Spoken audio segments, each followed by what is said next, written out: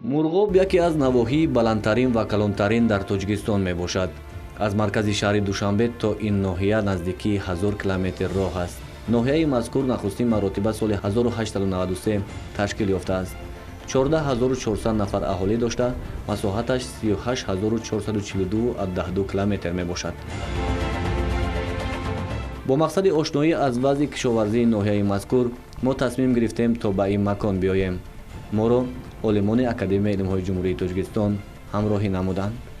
аслан то ба имрӯз бобати кишоварзии ин минтақа ҳоҷат ба ҳарф задан ҳам набуд, зеро гоҳо нарасидани об, баландии офтоб ва шароити иқлимӣ сабаб мегардид то андешаи донандагони соҳа нисбат ба ин макон мусбат набошад. роҳи пурпечутоб ки қисман таъмир шудаву қисман не, аввалан моро ба ноҳияи шуғнон овард. бояд гуфт ки қисмате аз ин ноҳия низ аз рӯи шарту шароити иқлимӣ ба мурғоб монанд аст, зеро дар баландии 3500-3600 метр аз сатҳи баҳр ҷойгир аст. бинандагони азиз салом, айни ҳол мо дар мавзеи ҷелондии ноҳияи шуғнон қарор дорем ва аз рӯи ҳисобҳое ки олимон карданд ин минтақа аз сатҳи баҳр 3600 метр дар баландӣ ҷойгир аст ва ин ҷо кайҳо вобаста ба мавсими сол ҳаво каме сард ҳам шудааст. бо супориши академияи илмҳои ҷумҳурии тоҷикистон олимони риштаи кишоварзӣ соли ҷорӣ бо мақсади омӯхтани анаҳамин минтақа ва шароити кишти зироатҳои хоҷагии қишлоқ ин ҷо коргузорӣ карданд ва имрӯз дар барнома мо вобаста ба оне ки ин ҷо ҳосил чӣ гуна шудааст бо шумо қисса хоҳем кард, зеро то имрӯз дар ин минтақа бисёр намуди маҳсулотҳои хоҷагии халқ кишт карда намешуданд.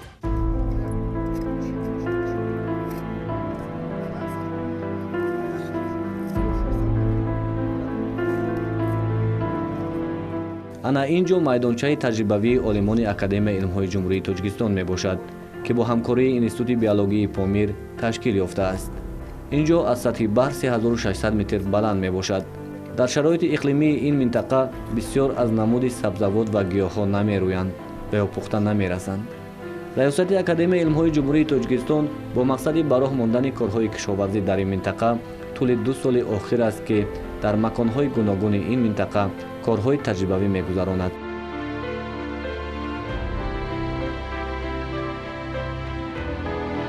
соли гузашта дар майдони тақрибан 0,5 гектар кишт шуда буд дар мавзеи ҷелондӣ ва маълум гардид ки бисёр тухмиҳо ба ин маҳал мувофиқ ҳастанд, дар ин баландиҳо месабзанд ва аз тарафи дигар аллакай он паёмадҳое ки тағйирёбии иқлим ба бор овардааст, тағйирёбии иқлим пурра ба назар мерасад ки ҳарорати миёнаи ҳаво дар минтақаи мурғоб аллакай боло рафтааст ва имкони он дорад ки дар ин мавзеъ кишти зироатҳои гуногун ба роҳ монда шавад. ва имсол бошад олимони академия дар баландии 3870 метр дар масоҳати 4 гектар, дар баландии 3900 метр дар булункул дар масоҳати 10 гектар ва дар ҷелондӣ дар мавзеъе ки соли гузашта таҷрибаҳои нодир гузаронида шуда буданд, бори дигар киштро гузаронданд. дар охири моҳи май, аввали моҳи июн тамоми рафти нашонамои гиёҳҳо ва зироатҳо албатта зери назорати доимии олимон қарор дошт.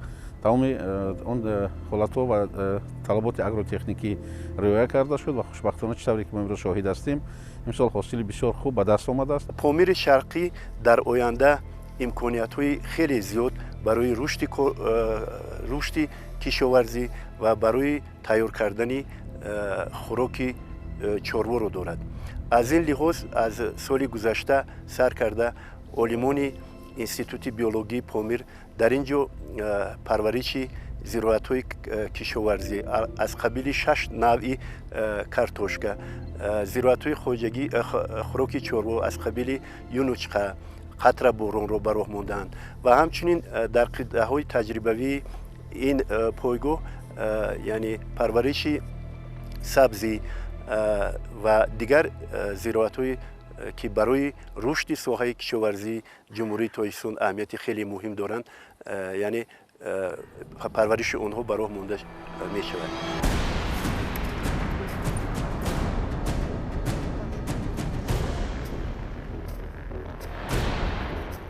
соли гузашта бори аввал дар ин макон тухмиҳои ватанӣ барои кишти картошка, шалғам, лавлаву ва дигар намуди зироатҳо ба роҳ монда шуда. имсол тухмии соли гузашта бо мақсади ба даст овардани маҳсулот кишт гардидааст. پامیر شرقی داروی طبیعتی خیلی نادر، اکوسیستم های نادر، گوناگونی بیولوژی نادر می باشد و در سالهای آخر وابسته به نفوذ یعنی چاروا در این منطقه با اکوسیستم های طبیعی تا حد اندازه تضییق انسان احساس کرده می شود. از این لحاظ پرورش خصوصا زراعت های خوراک چاروا در منطقه بلندکوه پامیر امکانیت میدهد که یعنی با اکوسیستم های طبیعی تضییق انسان کم کرده شود و خوراک چاروا در این منطقه برای رشد ساحه چارواداری تیار کرده شود. البته کارهایی که در اینجا آغاز شدن این سال دوم است و اهمیت تجربوی علمی دارند و آموزش قانونیت های مطابق شوی این زراعت ها امکانیت میدهد که از بین زراعت های کش شده زراعت های آینده دار برای یعنی شرایط اقلیمی پامیر شرقی انتخاب کرده شود و آنها برای رشد کشاورزی در جمهوریمون یعنی پرورش کرده شوند. риояи корҳои агротехникӣ ва нигоҳубини пайвастаи ин маконҳо ба он оварда расонид ки натиҷаи хуб ба даст ояд. аз ҳар як бех картошка 300-350 грамм имрӯз ба даст омадааст ки аз рӯи нақли мутасаддиён ин кишти такрорӣ мебошад. зеро бори аввал дар натиҷаи сард омадани ҳаво қисмати бештаре аз тухмиҳои коридашударо хунук задааст. ба ҳар ҳолат ин нишондодҳо баронанд ки инҷо метавон бо интихоби тухмиҳои тезпаз ҳосили хуб ба даст овард. منا حاضر ما در این روز میبینیم که همه محصولات کاردگی ما نتیجه خوب داده است. نتیجه خوب داده از آن جمله تخمه کارتوشکا، سبزی، لبلبو، شلغم و دیگر زراعت های خودی قشلاق، خوراک چاروا، اسپارچه، یونسقه بسیار وی حاصلی نقد داده است.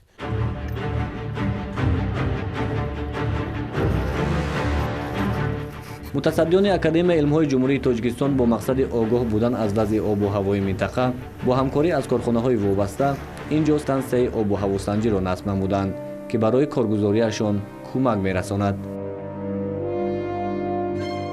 سال 2014 در زمینه پایگاه علمی تجربوی جیلاندی یک ستانسیه مترولوژی وصل کرده شد.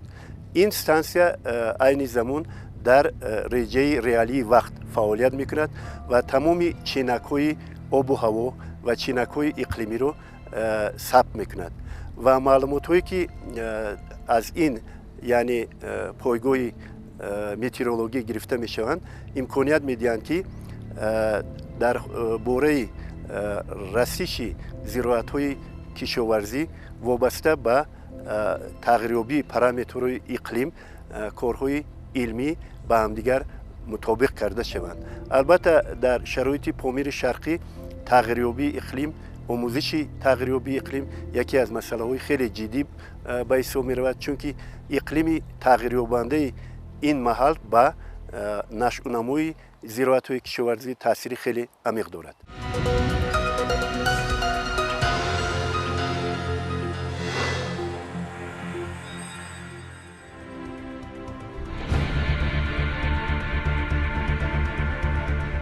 چون مقصدی سفر ما دیدن کردن از سه منطقه کشت آلیمان است، ما سفر خود را ادامه دادیم به سوی ناحیه مرغاب. بینندگان عزیز، مکانی که ما قرار داریم نقطه بلندترین در راه مرغاب بوده است. عالمان میگویند که این نقطه 4000 متر از سطح بحر بلند است و همین آبی که اینجا هست کایها یخ بسته است. باید بگویم که اگر در بعضی منطقه‌های تاجیکستان حالا هوا گرمی طاقت افزا هم باشد، انا اینجا کایها سردی حکم فرما هست و کایها آب یخ میکند و در این منطقه چون شما میبینید همین برف ها یا که یخپاره هایی که اینجا هستند اساسی سرچشمه آب این منطقه هستند که از روی گفتی عالمان از همین جا آب با دو قسم جدا می شود، یعنی قسمت به طرف ناحیه شغنان می رود و دیگر قسم دیگر به طرف مرغاب می رود. خب سفر رو ما دوام میدیم و باید که ما تا مرغاب برسیم و آنجا قطعه آزمایشی که عالمان آنجا نمودهای گوناگونی زراعت کش کردن آن را ببینیم با چشم خود و شاهد گردیم که این قطعه ها چگونه حاصل دادند. راهی که ما را به سوی ناحیه مرغاب میبرد از بلندترین نقطه این مکان که 4000 متر از سطح بحر است گذشته ادامه می‌یافت. هزارها گکتار زمین هموار که قسمت امکانیت آبیاری کردن را دارند اینجا هست و تنها یک اندیشه که اینجا سرد است تا به امروز سبب گردیده است تا چیزی نکارند و یا نشینانند. در این منطقه تنها صغور و قطاس و یا یگان خرگوش‌های سراسیمه را دیدن ممکن است و خلاص.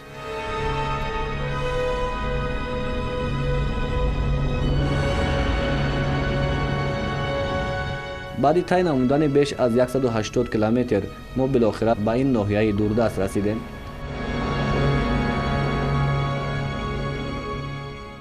اولا ما را رئیس ناحیه قبول کرده وابسته به سفر نوبتی و کارگزاری عالمان مصلحت داد.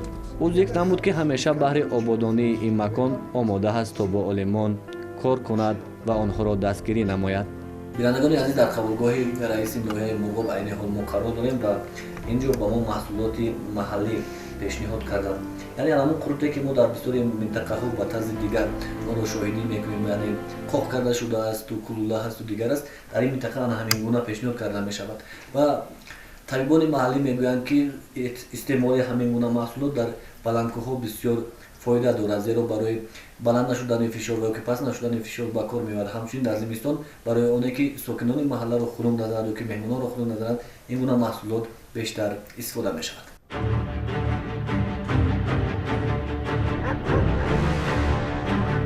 باید اصرار داشت که این منطقه هرچند دور باشد هم ولی مکان سیاحان است. سیاحان در این منطقه خیلی زیاد هستند، زیرا راهی که به دیگر کشورها می رود محض از ناحیه مرغاب می گذرد. Я французский, я от мой город Страсбург. من از فرانسه هستم. یک سال می شود که از یک کشور به کشور دیگر سیر می کنم. Дорога, мы были много места. Сначала Германия, Швейцария. من در بسیار جایها بودم، از جمله آلمان، شویتسیا، ایتالیا، سلوونیا، بوسنیا، آلبانیا، فینا، بعداً قفقاز، در ترکیه، ازبکستان نیز و اکنون در تاجیکستان هستم. После Кавказ, Грузия, Армения, Иран, Азербайджан, Казахстан, Узбекистан и Таджикистан. Мне нравится очень. برایم تاجیکستان پسند آمد. من این زیبایی را در دیگر جایها ندیده بودم. Видеть это на Европа. مکانی که ما باید ثبت میکردیم از مرکز ناحیه 25-30 کیلومتر دورتر بوده است. این مکان را چیچکتی میگویند.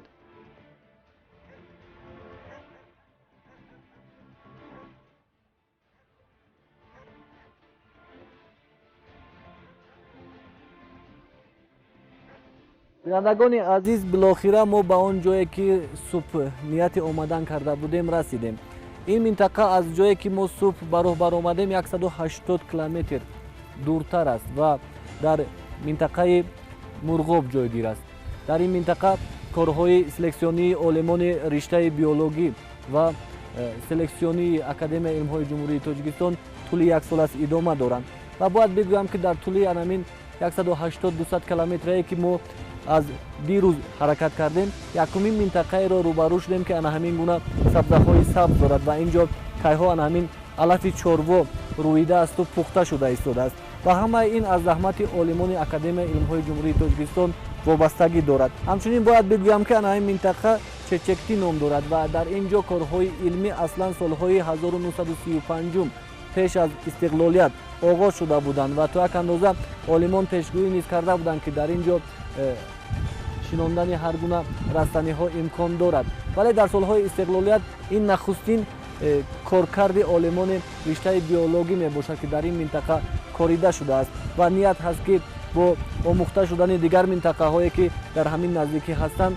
باز عالمان اکادمی бо пешниҳоди тухмиҳои нави зудпаз метавонанд ин минтақаро сабзпӯш бикунанд, то мардуми ин минтақа барои дастрасӣ ба хӯроки чорво азоб надошта бошанд.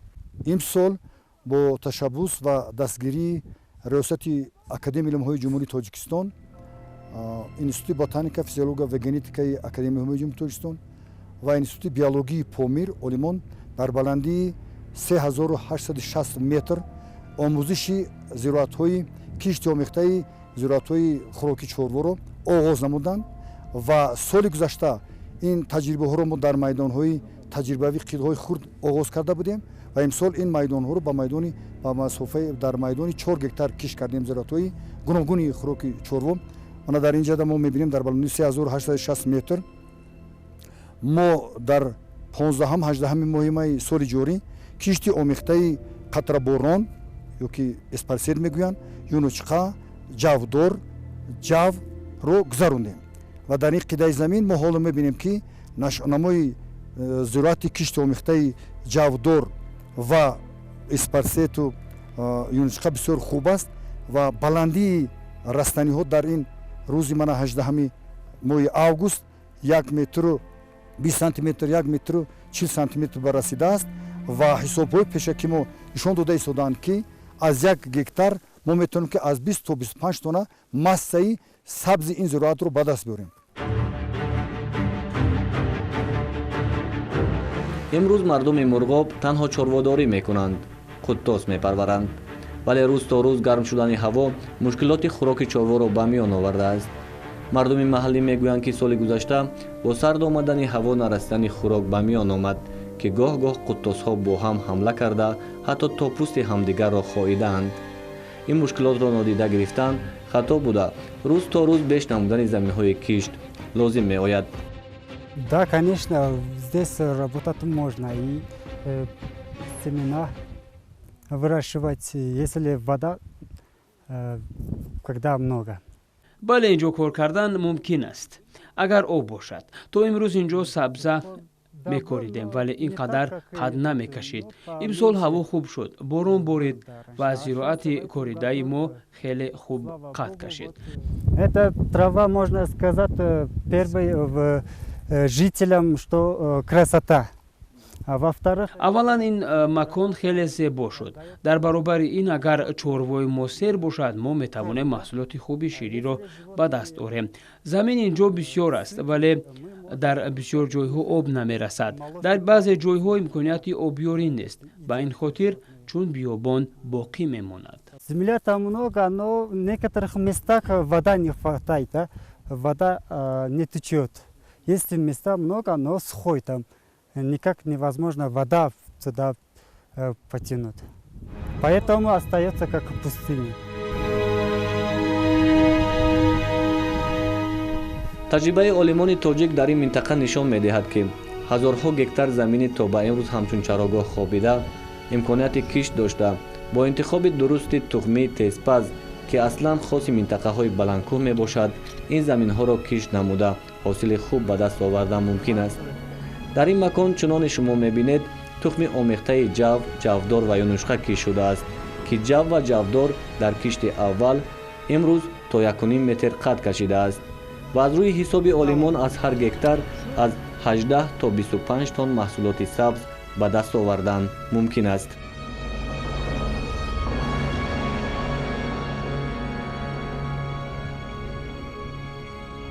дар ин баландӣ дар солҳои 1930 то 50 бисёр олимони он давраи академияи илмҳои ҷумҳурии иттифоқи шӯравӣ СССР корҳо бурда буданд ва таҷрибаҳои онҳоям дар он вақт исбот мекарданд ки дар ин баландиҳо мо ҳосили хуби зироатҳои ғалатдонагиҳо махсусан хӯроки чорворо ба даст меорем. вале он таҷрибаҳое ки дар он вақтҳо мегузаронданд дар муҳити дигар гузаронда шуда буд ва худи таъсири гармии ҳаво, худи тағйиробии ҳаво он қадар мушоҳида намегашт ва аз сабаби оне ки дар солҳои охир махсусан дар 10 солаву 20 солаи охир ки бисёр ҳарорати кураи замин баланд шуда истодааст, ҳарорати баланд боло рафта истодааст, мо гумон мекунем ки навъҳои нав, намудҳои нав ва зироатҳои навро дар ин ҷо мо боз аз нав бомӯзем ва миқдори ба даст омадаи хуроки чорво ва массаи биологии ин зироатҳоро мо бароҳмонем.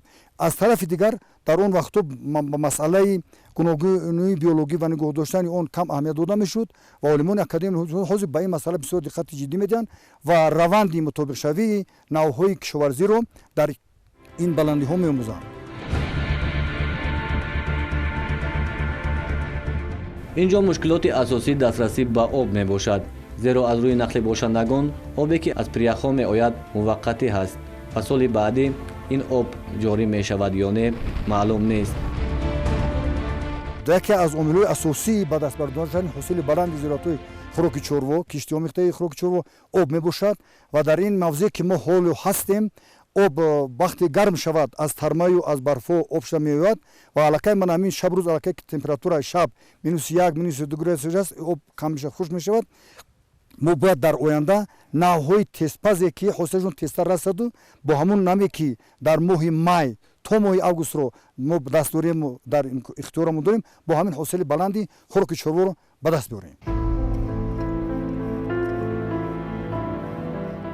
яке аз мушкилоти асосии одамони ин макон надоштани техника барои кишт мебошад. олимони академия барои кишти ин минтақа аз шаҳри хорух ки 300 километр дур аст техника оварда буданд. Мы раньше тоже посеивали, его поставили где-то при союзные времена, когда вот... мо солҳои пеш ҳам кишт мекардем, аслан солҳои иттиҳод. баъди пошхӯрии иттиҳод масъалаи кишту кор ба пуррагӣ аз байн рафт. мушкилот аслан дар намудани тухмӣ ва техникаи кишт буд ва имсол бо ибтикори раёсати академияи илмҳои ҷумҳурии Тоҷикистон мо инҷоро коридем. ба мо тухмӣ ва техника овард. ман 4 моҳ аст инҷоро нигоҳубин мекунам, об медиҳам. инҷо гоҳ-гоҳ об меояд, гоҳи дигар хушк мешавад. мушкилоти мо аслан нарасидани об аст ва зуд сард шудани ҳаво аст. дар ин вақтҳо кишти кардаи мо намепазад. моро лозим аст то тухмии зудпазро интихоб кунем. ҳамзамон дар минтақаи балалкӯҳи ноҳияи Мурғоб дар баландии 3900 метр аз сатҳи баҳр олимони тоҷик дар 5 гектар ҷав ва ҷавдор коридаанд ки имрӯз самари хуб ба бор овардааст. ба ҳисоби миёна дар ин баландиҳо ҳосили миёнаи пояи сабз то ба 25 тонна дар як гектар расида, баландии навъҳои гуногуни зироатҳо то ба 1 метру 60 сантиметр расидааст. ман фикр мекунам ки дар роҳи расидан ба яке аз ҳадафҳои стратегии кишвар таъмини амнияти озуқаворӣ таҷрибае ки олимони академияи илмҳо имсол гузаронданд ва натиҷа ба даст оварданд хеле муҳим аст, зеро дар ноҳияи Мурғоб дар ин минтақа заминҳо хеле зиёд ҳастанд, об фаровон аст. танҳо вазифа он аст ки мо тухмиҳое ки дар ба ин баландиҳо тобовар ҳастанд ва дар муҳлатҳои нисбатан кӯтоҳтар сабзиш мекунанд ва ҳосил медиҳанд пайдо кунем. кор дар ин самт идома хоҳад ёфт ва фикр мекунам ин таҷрибаи нодир бисёр сабаб мешавад ки ин минтақа аз нигоҳи кишоварзӣ низ аз худ карда шавад, чунки ин минтақа аз нигоҳи геологӣ, аз нигоҳи ҷинсҳои кӯҳӣ хеле бой аст ва омӯзиши ин минтақа дар ин масъала идома дорад ва аз нигоҳи кишоварзӣ барои таъмини амнияти озуқаворӣ пеш аз ҳама хӯроки чорво ва дигар намудҳои зироатҳо хеле муфид хоҳад буд. бузургони ин макон ёддошт медиҳанд ки солҳои 40-50 инҷо картошкаи хуб мешуд. ин андеша бар он овардааст ки дар солҳои баъдӣ инҷо кишти картошка таҷриба карда шавад. дар ин макон зиёда аз 500 гектар замини ҳамвор мавҷуд аст ки имконияти кишт дорад.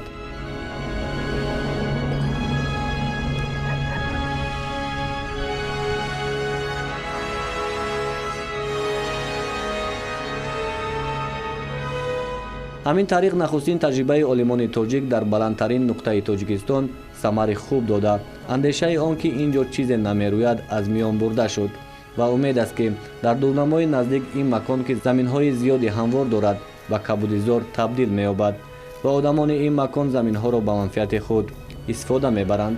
раёсати академияи илмҳои ҷумҳурии Тоҷикистон низ дар раванди омӯзиши ин маконҳо корҳои худро пурзур намуда соли оянда нияти бештар намудани заминҳои киштро дорад.